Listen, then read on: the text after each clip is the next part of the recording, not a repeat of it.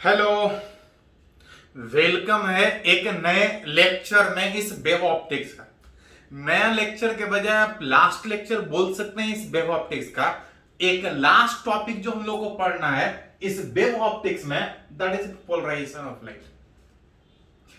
अपने आसपास जो लाइट सोर्स आप देखते हैं उससे लाइट निकल रहा होता है, उससे जो लाइट निकल रहा होता है उस लाइट सोर्स में मॉलिक्यूल के वाइब्रेशन के कारण लाइट निकलता है। लाइट वेव एक तरह का इलेक्ट्रोमैग्नेटिक वेव। इलेक्ट्रोमैग्नेटिक वेव तब निकलता है जब चार्ज एक्सेलरेट करता है, दैट इज चार्ज ऑक्सीलेट करता है। जहां कहीं से भी लाइट सोर्स निकल रहा है उसमें मॉलिक्यूल वाइब्रेट करता है। उस मॉलिक्यूल के वाइब्रेशन का मतलब उसमें एक्सेलरेशन होना।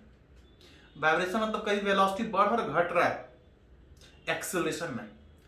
जब कोई चार्ज एक्सेलरेट करता है तो अपने सराउंडिंग में जो एनर्जी रेडिएट करता है इलेक्ट्रोमैग्नेटिक वेव के फॉर्म में, उसी में से कुछ दिखाई देता है जिसको हम लोग लाइट, विजिबल लाइट बोलते हैं। मतलब जो लाइट सोर्स से लाइट निकल रहा है उसके अंदर मॉलिक्यूल या एटम के वाइब्रेशन के कारण।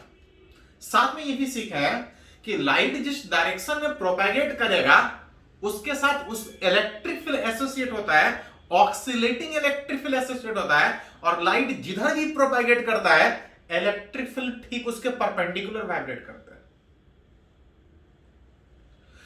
अपने आसपास जो भी सोर्स ऑफ लाइट आप देखते हैं जिसमें एटम के वाइब्रेशन के कारण जो लाइट निकल रहा है, हर एटम, हर मॉलिक्यूल उस सोर्स में वाइब्रेट कर रहा था, अपने सराउंडिंग में लाइट वेव इमिट कर रहा था। और हर लाइट जो निकल रहा है उसके साथ इलेक्ट्रिक फील्ड एसोसिएट है। इलेक्ट्रिक फील्ड वाइब्रेटिंग में एसोसिएट है।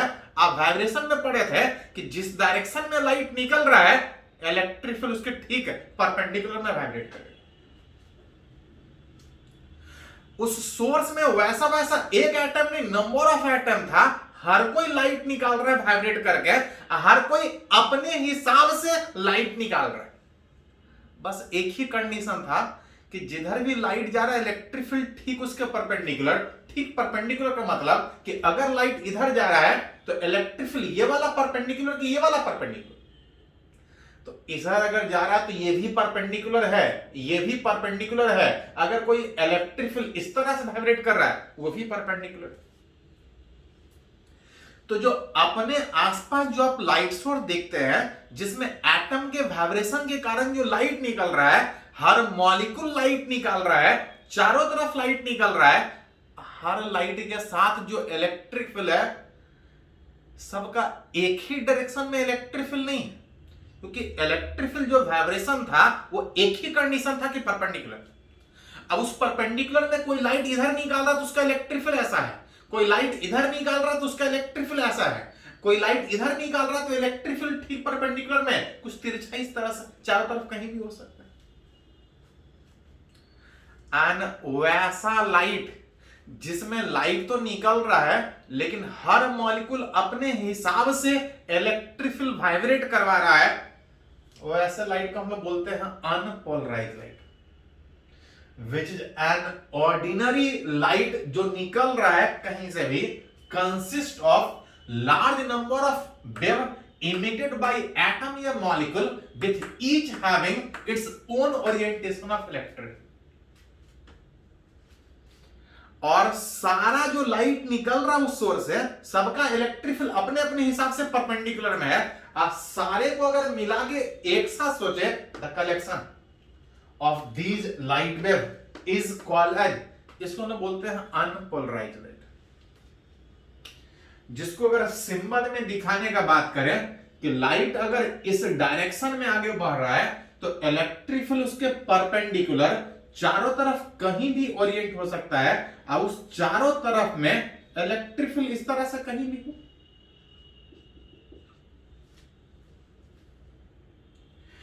लाइट आगे जा रहा है, इलेक्ट्रिक फील्ड चारों में कहीं भी, चारों तरफ कहीं भी, बस एक ही कंडीशन था कि जिधर भी जा रहा है लाइट उसके इलेक्ट्रिक फील्ड ठीक परपेंडिकुलर में ऑक्सीलेट करे। दैट इज, इस लाइट को हम लोग बोलते हैं अनपोलराइज लाइट। इसी को आप चाहें तो इस तरह से इलेक्ट्रिक फील्ड दिखा सकते हैं, और इसी को अगर सिंबल में दिखाना हो तो उस लाइट का इलेक्ट्रिक फील्ड जो वाइब्रेट कर रहा है सिंबल में इस तरह से दिखाता है। सिंबल में ये बता रहा है कि इलेक्ट्रिक फील्ड इधर भी वाइब्रेट कर रहा है, इधर भी वाइब्रेट कर रहा है, और अगर तिरछा ही वाइब्रेट कर रहा होगा तो उसको दो परपेंडिकुलर कंपोनेंट से रिप्रेजेंट कर सकते हैं। दैट इज, इसको आप बोल सकते हैं symbolic representation of unpolarised light, जिसमें इलेक्ट्रिक फील्ड चारों तरफ कहीं भी वाइब्रेट कर रहा है, जिसको दिखाने के लिए इस तरह से एक डॉट यहां पे दिखा रहे हैं जो बता रहा है उसके ठीक परपेंडिकुलर जो लाइट इधर जा रहा है, इलेक्ट्रिक फील्ड इधर रिप्रेजेंट कर रहा है। अगर बीच वाला जो इलेक्ट्रिक फील्ड है उसको कंपोनेंट में इधर रिप्रेजेंट इस तरह से आप कर सकते हैं। दैट इज सिंबॉलिक रिप्रेजेंटेशन उस अनपोलराइज्ड लाइट जिसमें इलेक्ट्रिक फील्ड चारों तरफ कहीं भी वाइब्रेट कर रहा है। दैट कलेक्शन ऑफ सारा light is called as unpolarised. उसी में प्रोसेस है कि जो इलेक्ट्रिक फील्ड उस लाइट के डायरेक्शन के परपेंडिकुलर जो चारों तरफ वाइब्रेट कर रहा है कहीं भी, अगर किसी तरीके से जो चारों तरफ वाइब्रेट कर रहा है, चारों तरफ वाइब्रेट करवाने के बजाय अगर किसी खास डायरेक्शन में अगर खाली उसको वाइब्रेट करना है किसी भी तरीके से, if we confine the vibration of its electric field in one direction which is perpendicular to direction of vector direction, normal जो लाइट हमारे आसपास है उसमें लाइट तो जा रहा है लेकिन सबका साथ जो इलेक्ट्रिक फील्ड है अलग अलग डायरेक्शन में, that light is called as unpolarised light. जो इलेक्ट्रिक फील्ड इधर उधर चारों तरफ जो ओरिएंट हो रहा है, अगर किसी तरीके से जो चारों तरफ ओरिएंटेशन है अगर उसको सिर्फ एक ही डायरेक्शन में अगर ओरिएंट करना है उस लाइट के ठीक परपेंडिकुलर कोई एक डायरेक्शन में अगर वाइब्रेट करे, if we confine the vibration of its electric field in one direction which is perpendicular to wave propagation, then the light जो हमको मिलेगा is called as, इसको बोलते हैं प्लेन पोलराइज। प्लेन, एक प्लेन में सिर्फ वाइब्रेशन हो रहा है, चारों तरफ कहीं भी वाइब्रेशन नहीं हो रहा है, एक प्लेन में सिर्फ वाइब्रेशन हो रहा है उस लाइट के ठीक perpendicular, and that light is called as plane polarized light and that process is called as polarization। मतलब what is polarization? तो लाइट जिसके साथ इलेक्ट्रिक फील्ड चारों तरफ वाइब्रेट कर रहा था परपेंडिकुलर में, अगर किसी तरह से चारों तरफ वाइब्रेट करने के बजाय एक खास डायरेक्शन में अगर वाइब्रेट करवाए, चाहे जिस तरह से करे, तो जो लाइट मिलेगा that is called as plane polarised light and that process is called as polarisation. जहां पे अगर सिंबल में अगर प्लेन पोलराइज को अगर रिप्रेजेंट करना हो, सिंबॉलिक रिप्रेजेंटेशन अगर बात करें ऑफ प्लेन पोलराइज लाइट, तो उस प्लेन पोलराइज को आप सिंबल में इस तरह से खाली दिखा सकते हैं, वो डॉट अलग से दिखाने का जरूरत नहीं। जहां डॉट दिखाइएगा तो वो वाइब्रेशन इधर भी हो, that is symbolic representation unpolarised light का, and that is symbolic representation of plane polarise, जिसमें दो तरह से आप रिप्रेजेंट कर सकते हैं। आप चाहे तो सिंबॉलिक रिप्रेजेंटेशन में आप ऐसा रिप्रेजेंट कर सकते हैं और आप चाहें तो सिर्फ ऐसा रिप्रेजेंट कर सकते हैं। ये बता रहा है कि लाइट जो इधर जा रहा है इलेक्ट्रिक फील्ड इधर वाइब्रेट कर रहा है, ये बता रहा है इधर वाइब्रेट कर रहा है, अब दोनों डायरेक्शन एक साथ इधर भी और इधर भी तिरछा भी, दैट इज अनपोलराइज्ड लाइट। साथ में एक पॉइंट यहां पे बोल सकते हैं कि polarisation proves transverse nature of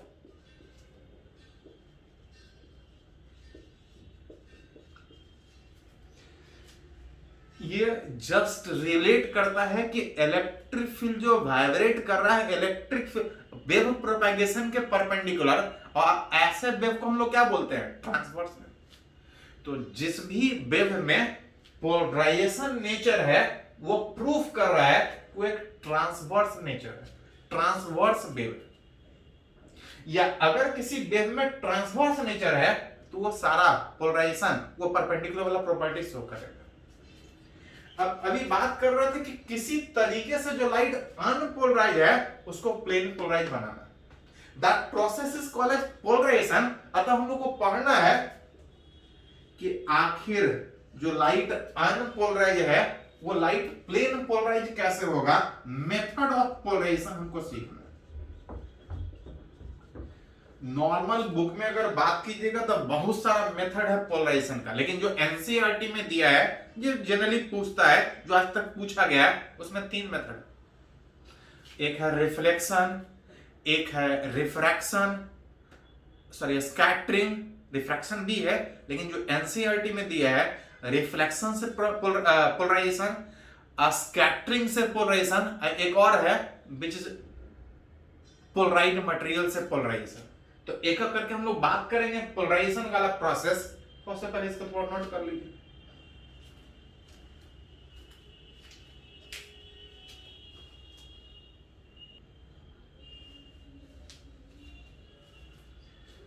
तो अभी हम लोग बात की कि व्हाट इज पोलराइजेशन, जहां पे देख रहे थे कि जो लाइट अनपोलराइज का मतलब लाइट जिधर जा रहा है इलेक्ट्रिक फील्ड चारों तरफ वाइब्रेट कर रहा है, उस अनपोलराइज को किसी तरह से अगर एक प्लेन में पोलराइज करें, लाइट का जो इलेक्ट्रिक फील्ड अगर सिर्फ एक ही डायरेक्शन में वाइब्रेट करे, that process is called as polarisation. अब तब उसमें क्वेश्चन उठता है कि जो पोलराइजेशन होगा वो कैसे होगा। तो बात अभी कर रहे थे कि बहुत सारा मेथड है पोलराइजेशन का, लेकिन जो एनसीईआरटी में दिया है वो 3 मेथड दिए हैं। तो एक एक करके हम लोग रिलेट करेंगे वो तीनों मेथड जो हम लोग को पढ़ना है। जहां पे सबसे पहला अगर बात करें which is polarization by reflection, reflection के हेल्प से जो लाइट अनपोलराइज है उसको आप प्लेन पोलराइज बना सकते हैं। पहली बार ये एक्सपेरिमेंट परफॉर्म किया गया था ब्रिस्टर द्वारा। ब्रिस्टर एक साइंटिस्ट जो पहली बार डिस्कवर किया कि अगर किसी ट्रांसपेरेंट मटेरियल पे कुछ रिफ्रैक्टिव इंडेक्स होगा उस मटेरियल, अगर किसी ट्रांसपेरेंट मटेरियल पे लाइट अगर अनपोलराइज अगर इंसिडेंट कर रहा है, अनपोलराइज का मतलब इलेक्ट्रिक फील्ड उसके ठीक परपेंडिकुलर में चारों तरफ वाइब्रेट इस तरह से कर रहा है, दैट इज अनपोलराइज लाइट। जब अनपोलराइज लाइट किसी ट्रांसपेरेंट ग्लास स्लैब पे कुछ एंगल से इंसिडेंस करेगा, दैट एंगल एक्सपेरिमेंट करने के बाद अगर इसको आई लिखें, आप थीटा भी लिख सकते हैं।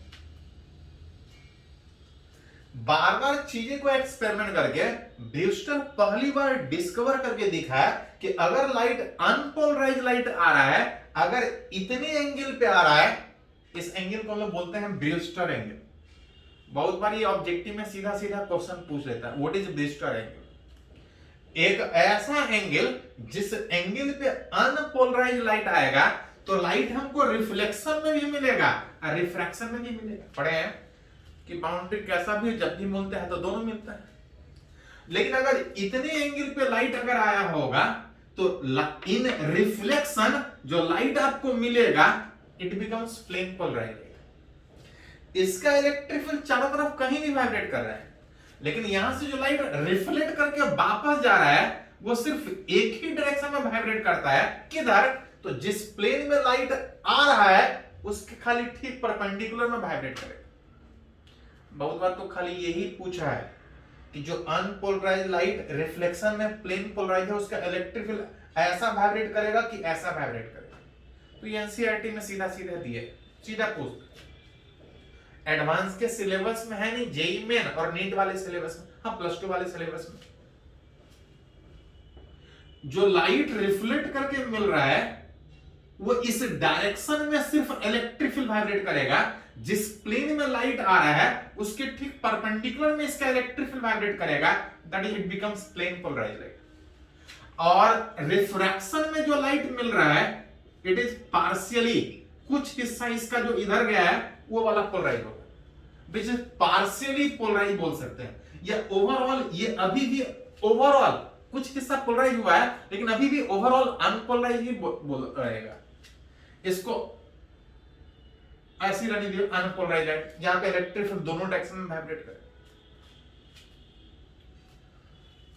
जो एंगल था जिसको हम लोग ब्रिस्टर एंगल बोल रहा था, जितने पे जो लाइट आ रहा था ये इस तरह से प्लेन पोलराइज हो रहा था, ब्रिस्टर एंगल आई बराबर tan इनवर्स म्यू, जहां से इसको हटा के लिखेगा तो tan आई बराबर म्यू लिख सकते हैं। इस लॉ को बोलते हैं Brewster law. That law is Brewster law. That angle जितने पे आने के बाद लाइट जो अनपोलराइज था it becomes plane polarise light. Brewster discovered that when unpolarized light is incident on a transparent substance at an इतने एंगल पे called as Brewster angle, then in reflection we get plane polarized light with जो vibration है perpendicular to direction of उस plane of incident में, जिस plane में light आ रहा है इलेक्ट्रिक फील्ड उसका ठीक परपेंडिकुलर उस प्लेन पोलराइज का। लाइट कुछ रिफ्लेक्ट भी कर रहा है और कुछ रिफ्रैक्ट भी कर रहा है। इन दिस केस, इस कंडीशन में जब लाइट अनपोलराइज से प्लेन पोलराइज होगा, इन दिस केस जो reflected and refracted ray are perpendicular to each other. इस कंडीशन में जब लाइट आता है तो ये दोनों एक दूसरे का परपेंडिकुलर होता है। ये कभी कभी सीधा सीधा पॉइंट है, इवन +2 में इसका प्रूफ भी पूछा जाता है कि अगर इतने एंगल से लाइट आ रहा है तो प्रूफ करके दिखाई कि दोनों परपेंडिकुलर है। पता है कि जितने एंगल से लाइट आ रहा है रिफ्लेक्शन के बाद उतने ही एंगल में आएगा। हाँ, रिफ्रैक्शन में एंगल चेंज करेगा। अब चाहे तो प्रूफ करके दिखा सकते हैं कि दोनों एक दूसरे के परपेंडिकुलर होगा। कैसे? अगर I प्लस R अगर 90 हो जाए तो ये भी 90 होगा। अब चाहे तो इसका प्रूफ कर सकते हैं फ्रॉम स्नेल्स लॉ। अगर उस बाउंड्री पे अगर स्नेल्स लॉ अगर लगाए, लाइट एक मीडियम से दूसरे मीडियम जा रहा है, लाइट एयर में आ रहा है, उस मीडियम में जा रहा है, रिफ्रैक्टिव इंडेक्स उस मीडियम का म्यू इनटू साइन आर। यहां से ब्रिस्टर के हिसाब से उस म्यू का वैल्यू कितना, which is tan i। Sine I बराबर म्यू का value tan i into sine R, जिसको हटा के लिखेगा तो साइन आई बटा cos i into sine R. Sine I वाला फैक्टर हट के इसको इधर लेके जाइएगा तो cos i, जिसको लिखिएगा तो साइन 90 माइनस आई बराबर साइन है। साइन साइन हटने के बाद 90 माइनस आई बराबर R, that is I plus R is equal to कितना, इस दोनों का सम 90, मतलब ये भी 90। मतलब अगर लाइट इस तरह से अगर इतने एंगल पे आ रहा है तो लाइट तो पोलराइज हो ही रहा था, साथ साथ इंसिडेंट, रिफ्लेक्टेड एंड रिफ्रैक्टेड रे दोनों एक दूसरे का परपेंडिकुलर। एक पॉइंट जरूरत पड़ने पे प्रूफ +2 में कहीं कहीं पूछता है। ये पहला मेथड है रिफ्लेक्शन के हेल्प से जो लाइट अनपोलराइज था इसको आप प्लेन पोलराइज बना सकते हैं। दो और मेथड हम लोग को पढ़ना है, पहले इसको थोड़ा नोट कर लीजिए।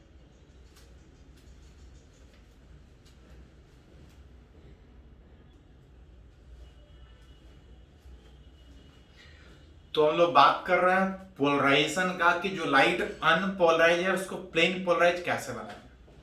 अभी हम लोग एक मेथड सीखे उस पोलराइजेशन का, दैट इज रिफ्लेक्शन के हेल्प से।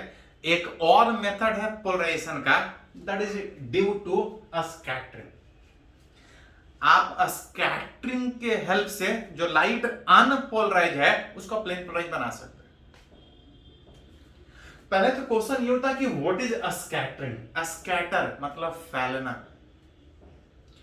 कहीं से भी जो लाइट आता है, अगर सामने अगर मॉलिक्यूल मिले, जैसे अगर एयर से भी अगर लाइट पास कर रहा है तो जो एयर मॉलिक्यूल है, एयर का जो एटम है, उस लाइट को एब्जॉर्ब करके उसका जो एनर्जी है उस एटम के अंदर इलेक्ट्रॉन एक्साइट होकर हायर ऑर्बिट में जाएगा, और जब वापस डी एक्साइट होगा तो चारों तरफ एनर्जी रेडिएट करेगा।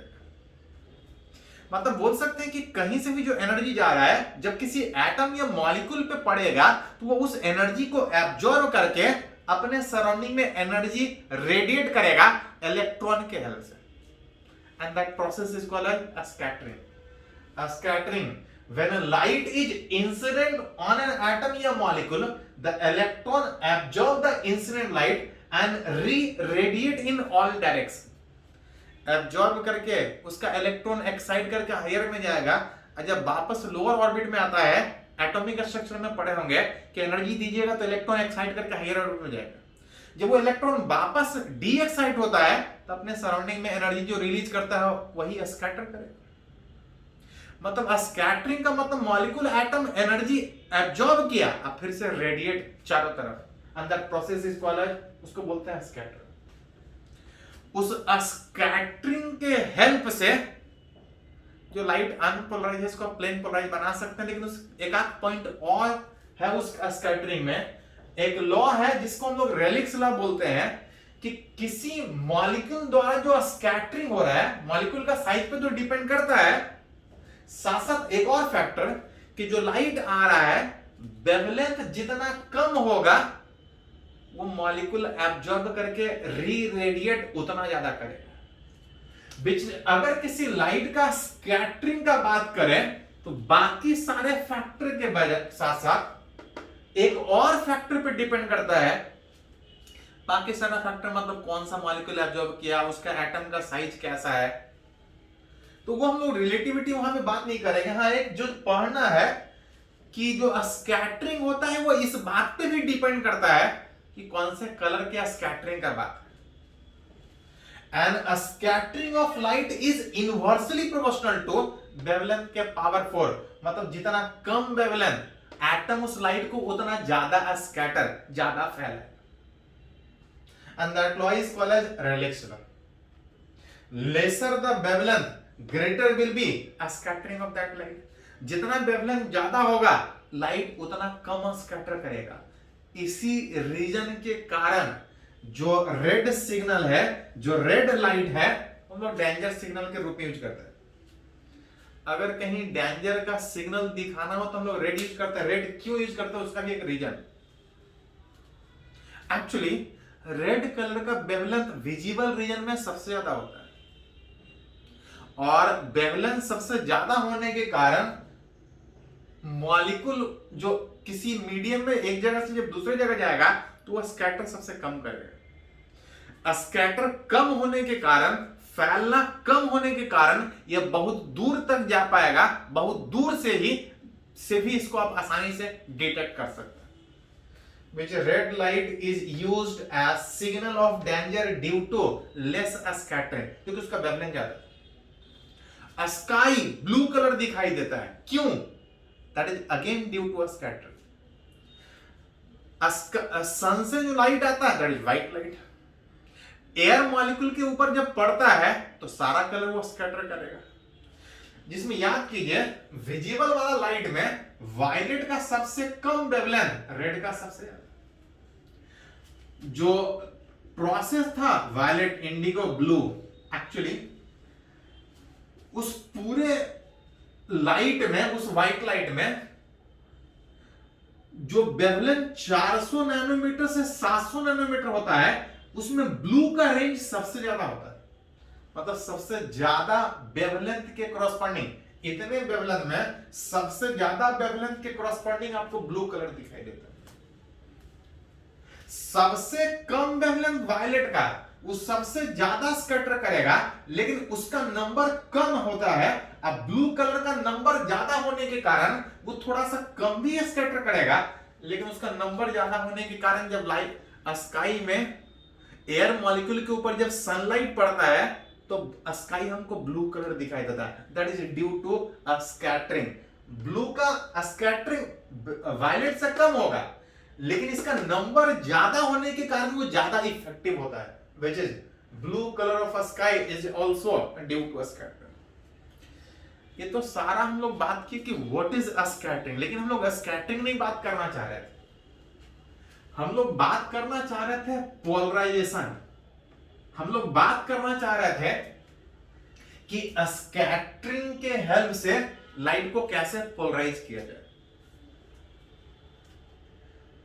अगेन एक्सपेरिमेंट के हेल्प से देखिएगा कि अगर कोई अनपोलराइज लाइट का मतलब इलेक्ट्रिक फील्ड चारों तरफ वाइब्रेट करता है, जिसको हम लोग सिंबल में इस तरह से दिखाते हैं, that is incident unpolarised light. जब लाइट आएगा तो ये मॉलिक्यूल क्या करेगा, एब्जॉर्ब करके री रेडिएट करेगा। कुछ लाइट ट्रांसमिट भी तो करेगा, ट्रांसमिट भी करेगा, मीडियम कुछ है, कुछ ना कुछ ट्रांसमिशन हो। लाइट जो अनपोलराइज्ड है, कुछ लाइट ट्रांसमिट भी करेगा और साथ साथ स्कैटर भी करेगा। अब उस इंसिडेंट के जो लाइट चारों तरफ इस एटम द्वारा स्कैटर कर रहा है, अगर उसके ठीक परपेंडिकुलर में बात कीजिएगा, X axis, Y axis, Z axis, ये इंसिडेंट अनपोलराइज्ड लाइट है। अगर उस इंसिडेंट के अगर परपेंडिकुलर में, उस एक्स के परपेंडिकुलर में वाई और जेड कहीं भी अगर परपेंडिकुलर में बात कीजिएगा, तो जो लाइट अनपोलराइज था, आफ्टर रिफ्लेक्शन, आफ्टर स्कैटरिंग, जो लाइट हमको मिलेगा, it becomes plane polarise light. It becomes अलग अलग डायरेक्शन में, अलग अलग ओरिएंटेशन के साथ इट बिकम्स प्लेन पोलराइज। लेकिन जो ट्रांसमिटेड लाइट है वो अभी भी अनपोलराइज ही रहेगा। ट्रांसमिटेड लाइट अनपोलराइज ही रहेगा। हाँ, जो लाइट स्कैटर कर रहा है, उस इंसिडेंट के परपेंडिकुलर में जो स्कैटर कर रहा है, scattered light, it becomes plane polarise. It is found that, ये प्रैक्टिकल करने के बाद, it is found that when unpolarized light is incident on an atom or molecule, then the scattered light in perpendicular to direction of incident light, जिधर से light आ रहा है अगर उसके परपेंडिकुलर में चारों तरफ जो लाइट आ रहा है उसके परपेंडिकुलर में स्कैटर्ड, इधर इधर चारों तरफ जो स्कैटर कर रहा है, इधर उधर वाला नहीं, जो परपेंडिकुलर में चारों तरफ स्कैटर कर रहा है, इट बिकम्स प्लेन पोलराइज्ड। मतलब उस स्कैटरिंग के हेल्प से जो लाइट अनपोलराइज था, इट बिकम्स प्लेन पोलराइज। हाँ, transmitted light is plane polarise while transmitting light is अभी भी अनपोलराइज ही होगा। ट्रांसमिटिंग जो स्कैटर करेगा, इंसिडेंट के परपेंडिकुलर जो स्कैटर करेगा, इट बिकम्स प्लेन पोलराइज। एक पॉइंट है, इसमें बहुत ज्यादा नहीं है। हाँ, एक और लास्ट है, हम लोग बात करेंगे, उससे हमें हमेशा क्वेश्चन पूछता है। इसके बाद एक और जो लास्ट मेथड, पहले इसको थोड़ा नोट कर लीजिए।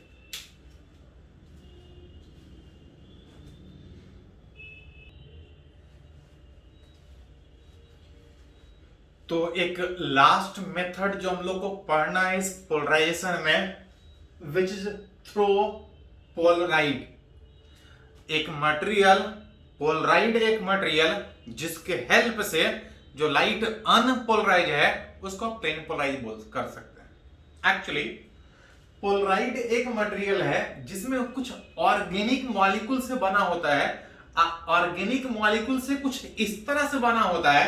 Polaroid consist of molecule aligned such that electric field associated with light wave along the direction is get absorbed। Actually Polaroid में, पोलराइड ऑर्गेनिक मॉलिक्यूल से बना होता है, कुछ इस तरह से बना होता है। उसका मॉलिक्यूल कुछ इस तरह से अलाइन होता है कि जब उस पोलराइड पे जब लाइट आएगा, अगर एक खास डायरेक्शन में जिधर मॉलिक्यूल अलाइन है, अगर उस डायरेक्शन में अगर लाइट आएगा तो वो सारा का सारा लाइट को वो एब्जॉर्ब कर लेगा। पोलराइड में मटेरियल, पोलराइड एक मटेरियल, एक ऑर्गेनिक मॉलिक्यूल का मटेरियल जिसमें मॉलिक्यूल कुछ इस तरह से लाइन होता है कि एक खास डायरेक्शन में जब लाइट आएगा तो वो कंप्लीटली एब्जॉर्ब कर लेगा। एक डायरेक्शन में जो भी लाइट आएगा उसको कंप्लीटली एब्जॉर्ब करेगा, उसके ठीक परपेंडिकुलर आएगा तो उसको अनडेविएटेड उसी तरह से पास करने देगा। मतलब उस मॉलिक्यूल में, उस मटेरियल के ऊपर जब लाइट आएगा तो एक डायरेक्शन में वो कंप्लीटली एब्जॉर्ब करेगा जिधर उसका मॉलिक्यूल अलाइन है, और उसके ठीक परपेंडिकुलर डायरेक्शन में लाइट को अनडेविएटेड पास करने देगा। जिस डायरेक्शन में उस मटेरियल से लाइट अनडेविएटेड पास करेगा, इसको हम लोग बोलते हैं पास axis.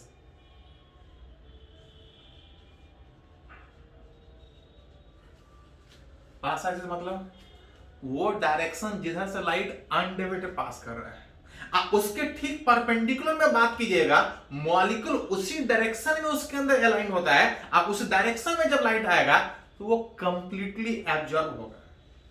Polaroid consist of molecule aligned such that electric field associated with light wave along this direction is get absorb. जिस डायरेक्शन में मॉलिक्यूल अलाइंड है उस डायरेक्शन में लाइट कंप्लीटली एब्जॉर्ब होगा, उसके ठीक परपेंडिकुलर लाइट आसानी से पास करेगा, और जिस डायरेक्शन में लाइट आसानी से पास करेगा इसको हम बोलते हैं पास एक्सिस। अगर इस डायरेक्शन में लाइट अनडिवाइडेड पास कर रहा है मतलब जो मॉलिक्यूल इसके अंदर अलाइन होगा उसके ठीक परपेंडिकुलर अलाइन। एक खास डायरेक्शन में लाइट पूरा का पूरा एब्जॉर्ब हो रहा है, दैट मींस कि अगर लाइट अनपोलराइज है, अगर उस मटेरियल पे इंसिडेंट कर रहा है, उस पोलराइड मटेरियल पे इंसिडेंट कर रहा है, when unpolarized light, what is unpolarized light? तो उसका इलेक्ट्रिक फील्ड चारों तरफ होगा। जब अनपोलराइज लाइट किसी पोलराइड पे इंसिडेंट करेगा तो एक डायरेक्शन वाला पूरा का पूरा एब्जॉर्ब हो गया, अब परपेंडिकुलर वाला पास करेगा। एक ही डायरेक्शन वाला पास करने के कारण जो लाइट पहले अनपोलराइज था, इस मटेरियल से पास करने के बाद वो प्लेन पोलराइज, क्योंकि दूसरे डायरेक्शन में तो कंप्लीटली एब्जॉर्ब हो रहा है। Thus, if unpolarized light is incident on such a polaroid, then the light wave get plane polarized light with electric field oscillating along the direction perpendicular to aligned molecule. जिस direction में molecule aligned है उस direction में light completely absorb होगा और उसके ठीक perpendicular light pass करेगा, मतलब जो पहले अनपोलराइज था सिर्फ एक डायरेक्शन वाला पास कर रहा है, बाकी सब एब्जॉर्ब हो रहा है, it becomes plane polarized. And this direction जिधर से लाइट आसानी से पास करेगा इस वाला जिसको बोलते हैं पास एक्सिस या ट्रांसमिशन एक्सिस, उस पोलराइड जिसमें मान के चल रहे हैं कि कंसीडर एन अनपोलराइज्ड लाइट जिसका कुछ इंटेंसिटी होगा, मान लेते हैं इंटेंसिटी आई नॉट। पढ़े हैं किसी भी लाइट का जो इंटेंसिटी, किसी भी वेव का जो इंटेंसिटी होता है उसके एम्पलीट्यूड पे डिपेंड करता है, और लाइट के साथ क्या ऑक्सिलेशन का बात होता है, इलेक्ट्रिक। लाइट के साथ जो इंटेंसिटी जो एनर्जी है उसको हम एम्पलीट्यूड इलेक्ट्रिक फील्ड के टर्म में बात कर रहे हैं। जितना ज्यादा एम्पलीट्यूड उस वेव का, इंटेंसिटी उतना ज्यादा। तो मान ले रहे हैं कुछ इंटेंसिटी का लाइट आ रहा है, मान ले रहे हैं कि लाइट जो आ रहा है वो unpolarised incident on a polarised at an angle theta with pass axis. जिस डायरेक्शन में लाइट आसानी से पास कर रहा है उससे अगर लाइट अगर कुछ थीटा एंगल पे कुछ आई नॉट इंटेंसिटी जिसका कुछ एम्पलीट्यूड था, लाइट इस पोलराइड वाले पास एक्सिस से इतने एंगल पे लाइट आ रहा है तो इसका सारा लाइट नहीं, इस एम्पलीट्यूड का कुछ लाइट पास करेगा और कुछ नहीं पास करेगा। कौन वाला नहीं पास करेगा? तो जो पास एक्सिस के अलोंग है वो लाइट पास करेगा, उसके ठीक परपेंडिकुलर कंप्लीटली एब्जॉर्ब। लाइट इतने इंटेंसिटी का रहा था which is intensity of transmitting light. अगर बात करें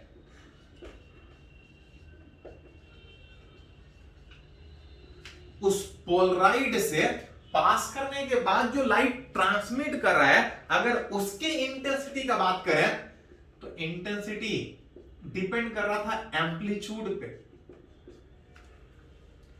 और जो एम्पलीट्यूड ट्रांसमिट हो रहा वो ई नॉट आ रहा था, ई नॉट एम्पलीट्यूड का लाइट थीटा एंगल पे आने के कारण ये वाला लाइट पास करेगा, ये वाला पास नहीं करेगा, वो कंप्लीटली एब्जॉर्ब। मतलब अगर लाइट आई नॉट इंटेंसिटी का आ रहा था, उस पोलराइड से पास करने के बाद कुछ एब्जॉर्ब हुआ कुछ पास करेगा, पास कौन सा वाला करेगा, ई नॉट कॉस थीटा, जहां से कि E not square is original intensity, मतलब पास करने के बाद कितना इंटेंसिटी बचेगा, तो आई बराबर I not cos square theta, जहां पे थीटा इज एंगल, कौन सा एंगल कि उस पोलराइड के पास एक्सिस से कितने एंगल पे लाइट आ रहा है। एंड इस लॉ को बोलते हैं मालस लॉ, गिवन बाय मालस साइंटिस्ट। रिलेट करके दिखा रहा है कि जो लाइट आ रहा है पूरा का पूरा पास करने के बजाय कुछ एब्जॉर्ब होगा, अब वही पास करेगा जो पास एक्सिस के अलावा। मतलब अगर लाइट आई नॉट इंटेंसिटी का आ रहा है, उस पोलराइड से पास करने के बाद कुछ एब्जॉर्ब होने के बाद जो लाइट फाइनली ट्रांसमिट कर रहा है, I बराबर I not cos square theta, इस लॉ को बोलते हैं माइनस लॉ। जितने अलग अलग एंगल से लाइट आएगा उतना अलग अलग ट्रांसमिशन में कुछ ट्रांसमिट करेगा और कुछ एब्जॉर्ब करेगा। कभी कभी ये एंगल नहीं देता है, एंगल दे दिया तो ठीक है, कभी कभी एंगल नहीं देगा, देन इट्स एवरेज वैल्यू अगर बात कीजिएगा, इट्स एवरेज वैल्यू तो I बराबर I not into cos square theta में ये तो जो है वो रहेगा, चिन्ह ये कर सकता है, अलग अलग एंगल पे इंटेंसिटी अलग अलग पास करेगा। ऑन एन एवरेज अगर बात कीजिएगा तो कॉस स्क्वायर थीटा का मिनिमम वैल्यू 0 होता है, cos square minimum value 0, maximum value 1, average value निकालिएगा तो 1/2 आएगा। मतलब अगर कुछ नहीं बोला जाए तो एवरेज में बात करेंगे, और एवरेज उस पोलराइड से मटेरियल पास करने के बाद जो इंटेंसिटी होगा I बराबर आई नॉट बाई 2। हाँ, अगर एंगल देगा कि इतने एंगल से लाइट आ रहा है तो आप वहां से रिलेट कर सकते। देखते होंगे प्लेयर आजकल आईपीएल क्रिकेट का मैच आप लोग देखते होंगे, प्लेयर लोग नाइट में गॉगल्स पहन के गेम खेलते हैं। तो क्वेश्चन था कि नाइट में गॉगल्स हेल्पफुल है कि वो फालतू का है? तो ध्यान दीजिए थोड़ा सा, एक चश्मा एक गॉगल्स आपको गांधी मैदान अपने आसपास सराउंडिंग में 50 रुपए में मिलेगा, और सुनते होंगे कि प्लेयर लोग जो पहनता है 10,000, 20,000, 50,000 का चश्मा, 50,000 का गॉगल्स, उसमें अंतर क्या है? तो उसमें यही मटेरियल का अंतर होता है। नॉर्मल जो अपने आसपास सराउंडिंग में 50-100 रुपए में जो चश्मा आप खरीदते हैं, जो सनग्लासेस खरीदते हैं, जो गॉगल्स खरीदते हैं, उसमें क्या होता है कि जो लाइट आ रहा होता है कुछ एब्जॉर्ब करता है, कुछ ही को पास करने देता है। सनलाइट में वो भी इफेक्टिव है कि सनलाइट में सारा का सारा लाइट आपके आंख तक पहुंचने के बजाय कुछ उस ग्लास से रुक जा रहा है और कुछ पास कर रहा है, जिसके कारण आंख के ऊपर उतना जोर नहीं पड़ता अगर आप धूप में उस चश्मे को पहन के निकलते हैं। लेकिन गड़बड़ क्या है कि उस ग्लासेस में फर्क होता क्या है कि जितना लाइट आ रहा है सबका सब कम हो रहा है, उसमें कुछ लाइट जो आप बढ़िया से देखना चाहते हैं वो भी कम होगा, और जो नहीं देखना चाहते हैं वो भी कम होगा। लेकिन पोलराइड में क्या होता है, एक मटेरियल जिसमें जो सामने से लाइट आ रहा है वो आसानी से पास करेगा, और जो अनवांटेड तिरछा वाला लाइट है वो पास नहीं करेगा। उस गॉगल्स में जिसमें पोलराइड मटेरियल होता है, एक खास डायरेक्शन वाला लाइट आसानी से पास करता है, और जो इधर उधर वाला लाइट है वो आसानी से पास नहीं करता है। जैसे प्लेयर लोग जब स्टेडियम में होता है तो स्टेडियम में जो चारों तरफ लाइट होता है, बहुत सारा लाइट आ रहा होता है, लेकिन वो उस लाइट को देखना नहीं चाहता, वो सिर्फ देखना चाहता है कि जो आसपास प्लेयर है या जो बॉल से लाइट निकल के आ रहा है वो हमको बॉल क्लियर दिखे, लाइट नहीं दिखे। तो प्लेयर लोग उस चश्मा को जब पहन के सामने से उस तरह से खेलता है तो बॉल का जो लाइट सामने से आसानी से दिखता है, जो अनवांटेड लाइट इधर उधर से आ रहा होता है, जिस चश्मे में पोलराइड मटेरियल लगा होता है, इधर उधर वाला लाइट आपके आंख तक नहीं पहुंचेगा। मतलब जो लाइट देखना चाहते हैं सामने वाला लाइट ही पास करेगा, और जो अनवांटेड एक्स्ट्रा लाइट है वो पास नहीं करेगा। ज्यादा है फील करना है तो अपने आसपास जो ब्रांडेड शोरूम जिसमें 4,000-5,000 का चश्मा जहां मिलता होगा, आप उसको पोलराइड वाला चश्मा भूलिएगा देने के लिए, प्रैक्टिकली फील करके देखिएगा।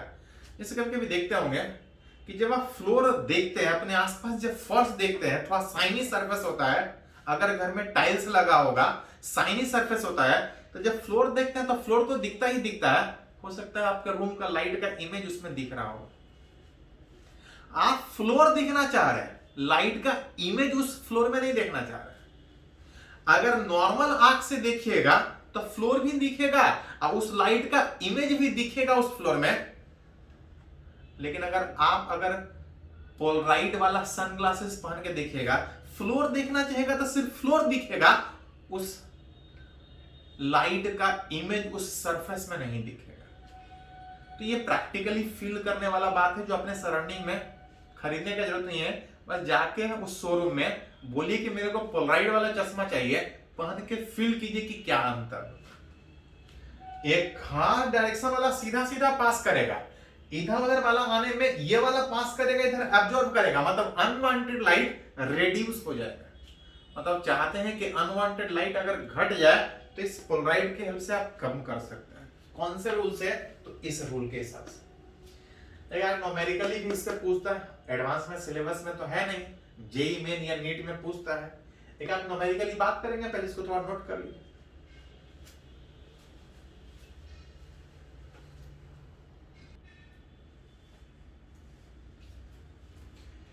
तो ये लोग बात की कि पोलराइड एक मटेरियल जिससे लाइट पास करने के बाद जो अनपोलराइज्ड था इट बिकम्स प्लेन पोलराइज्ड। अगर उस इंसिडेंट लाइट का अगर इंटेंसिटी अगर आई नॉट था तो उस प्रिज्म से उस पोलराइड से पास करने के बाद जो लाइट का इंटेंसिटी था आई बराबर I not cos square theta, उस लॉ को हम माइलस लॉ बोल रहे हैं। उससे रिलेटेड एक आप न्यूमेरिकली कभी कभी पूछता है, जैसे कि एग्जांपल है, ये जेई मेन में पहले ही पूछा था, अब बाद में नीट में भी पूछा है, हाल ही फिलहाल बोल रहा है two polaroid P1 and P2 are placed with their axis perpendicular to each other. Polaroid that is एक मटेरियल जिससे लाइट पास करने के बाद अनपोलराइज्ड बिकम्स पोलराइज्ड था। बोल रहा है ऐसा ऐसा एक पोलराइज नहीं, दो पोलराइज रख रहा है, लेकिन जो दोनों का जो पास एक्सिस है वो एक दूसरे के ठीक परपेंडिकुलर, P1 एंड P2। बोल रहा है unpolarised light of intensity I not is incident on P not. Light आ रहा है जिसका इंटेंसिटी आई नॉट। अब बोल रहा है एक तीसरा Polaroid P3 is kept in between P1 and P2। ये और ये, इस दोनों के बीच एक और पोलराइड रख रहे हैं। आप कुछ इस तरह से रख रहे हैं such that its axis make an angle 45 degree that with P1। इस P1 से इस P3 पोलराइड का जो पास एक्सिस है वो 45 डिग्री पे, मतलब एक के बाद एक तीन पोलराइड रखा है।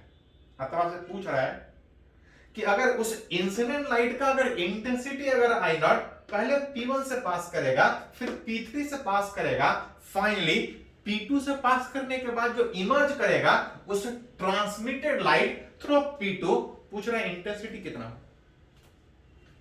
तो एक करके निकालना पड़ेगा, पहले इससे पास किया, फिर इससे पास किया, फाइनली उससे पास किया। Intensity of transmitted light through, अगर P1 से अगर बात करें, अगर इस P1 पोलराइड से पास करने के बाद अगर बात करें व्हाट इज इंटेंसिटी, तो जनरली था आई नॉट कॉस स्क्वायर थीटा, लेकिन यहां पे एंगल दिया ही नहीं है कि लाइट कितना एंगल से आ रहा है। या अगर अनपोलराइड लाइट है तो इस पोलराइड से पास करने के बाद ऑन एन एवरेज बात कीजिएगा तो इंटेंसिटी आई नॉट बाई 2 आएगा, क्योंकि बोला है कि लाइट आ रहा है, किधर से आ रहा है कुछ मेंशन नहीं। पहला वाला से पोलराइड से पास करने के बाद तो निकल गया, इस पहला वाला पोलराइड से पास करने के बाद इंटेंसिटी I1 निकालिए। अब वो क्वेश्चन था कि इससे पास करने के बाद कितना होगा। इस बार किससे पास कर रहा है, तो P3 वाला Polaroid, intensity of transmitted light through P2। अगर उस P2 वाले पोलराइड से अगर लाइट पास करने का बात करें, तो पहले पढ़ा थे कि अगर I1 इंटेंसिटी का लाइट आएगा तो उससे पास करने के बाद I1 cos स्क्वायर थीटा, जिसमें I1 जो इंटेंसिटी इसके बाद जो हमको मिल रहा था I0 बाई 2। अब कितने एंगल पे लाइट पास एक्सिस है, तो 45 डिग्री पे लाइट आ रहा है, 45 डिग्री पे पास एक्सिस है। व्हाट इज द इंटेंसिटी उस दूसरे पोलराइड तीसरे पोलराइड से पास करने के बाद, तो cos 45 1/√2 का whole square that equal to I0 divide by 4। लेकिन हमको यहां से पास करने के बाद नहीं, फाइनली जो लाइट इमर्ज कर रहा है, ये वाला मेरे को चाहिए, intensity of transmitted light through Polaroid. अगर उस P2 वाला, अगर ये तो P3 था, अब फाइनली P2 से पास कर रहा है, जिसके इंटेंसिटी को हम I3 से लिख रहे हैं। इस I3 का वैल्यू का बात करें तो इसमें लाइट जो आ रहा है वो I2 से आ रहा है। I2 रहा है, कुछ एंगल पे वो पोलराइड रखा है, पास करने के बाद कितना इंटेंसिटी, तो इस I2 का वैल्यू था I0/4। अब cos स्क्वायर थीटा में अगर ये इससे 45 तो ये भी इससे 45 ही होगा। ओवरऑल अगर रिलेट करें तो I0/4 इंटू cos 45 1/√2 का whole square that equal to I0/8। मतलब फाइनली जो लाइट उस दूसरे पोलराइड से जो बाहर निकल रहा है, उसका इंटेंसिटी का आंसर यही होगा। तो जैसा पूछा जाए, बहुत ज्यादा नहीं पूछता है क्योंकि एडवांस में सिलेबस में नहीं है, जेईई मेन के सिलेबस में है, वहां पे बहुत ज्यादा नहीं पूछा जाता है, थोड़ा सा न्यूमेरिकली समझ में आना चाहिए कि क्या हो रहा है। चलिए इसको थोड़ा नोट कर लीजिए।